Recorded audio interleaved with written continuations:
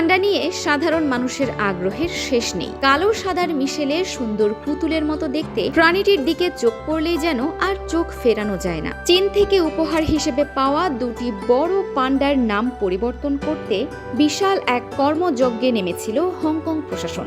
South China morning পোস্টের এক প্রতিবেদন অনুসারে এজন্য তারা খরচ করেছে $90,000 বেশি অর্থ, বাংলাদেশি টাকায় যা 1 কোটির বেশি। এনএন এবং কে নামের ওই পান্ডা দুটির নাম পরিবর্তন করতে একটি প্রতিযোগিতার আয়োজন করে হংকং প্রশাসন।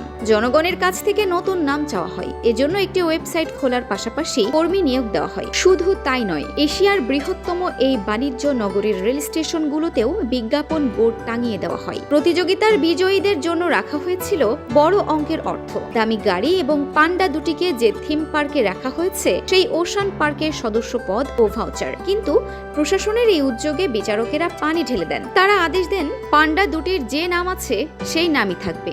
এ ব্যাপারে সরকারের এক ঊর্ধ্বতন কর্মকর্তা বলেন, জনগণ যে পান্ডা দুটির আসল নাম রেখে দেওয়ার পক্ষে মত দেবে এমনটা কর্তৃপক্ষ আগে বুঝতে পারেনি। পান্ডা দুটির মধ্যে এনএন ছেলে এবং কে মেয়ে, উভয়ের বয়স 5 বছর।